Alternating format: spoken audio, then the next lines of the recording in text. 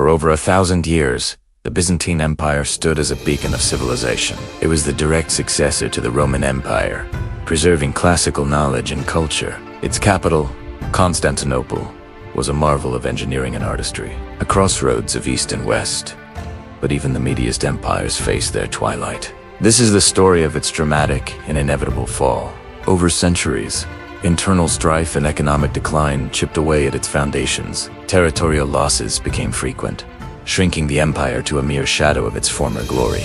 The Fourth Crusade in 1204 proved a devastating blow, weakening the empire from within. While Byzantium struggled, a new power emerged in Anatolia, the formidable Ottoman Empire. Under ambitious leaders, the Ottomans steadily encroached upon Byzantine lands. By the 15th century, Constantinople was an isolated island, surrounded by Ottoman territory. The stage was set for the ultimate confrontation, a clash of empires. In 1451, a young and determined Sultan Mehmed II ascended the Ottoman throne.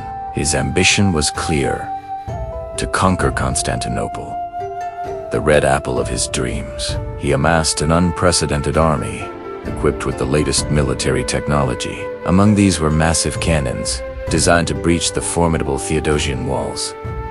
The Ottoman fleet, too, was formidable, ready to blockade the city by sea. Inside Constantinople, Emperor Constantine XI Palaiologos prepared for the inevitable. His forces were few, a desperate mix of Byzantines and foreign volunteers. The siege began in April 1453, a relentless assault on the city's defenses. Day after day, the colossal Ottoman cannons pounded the ancient walls. The Byzantines, however, had a clever defense: a massive chain across the Golden Horn.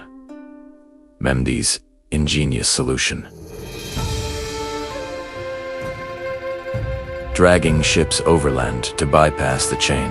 Naval battles raged, but the land walls remained the primary focus of the assault. The defenders fought valiantly, repelling wave after wave of Ottoman attacks. Emperor Constantine XI led by example, fighting alongside his men on the ramp. But resources dwindled, and exhaustion set in for the outnumbered Byzantines. Mehmed prepared for the final, decisive assault, a gamble for ultimate victory. On May 29th, the final attack began under the cover of darkness. A small, unguarded gate, the Carcoporta, proved to be the city's undoing. Ottoman soldiers poured into the city, overwhelming the exhausted defenders. Emperor Constantine XI, refusing to flee, fought to his last breath. His death marked the symbolic end of the Roman Empire, a legacy spanning to millennia. The city fell, and with it, the last bastion of Byzantine power. Constantinople, once the heart of Eastern Christianity, became Istanbul, the capital of the Ottoman Empire. The fall sent shockwaves across Europe, prompting a re-evaluation of power and trade. Many Byzantine scholars fled west, carrying invaluable texts and knowledge.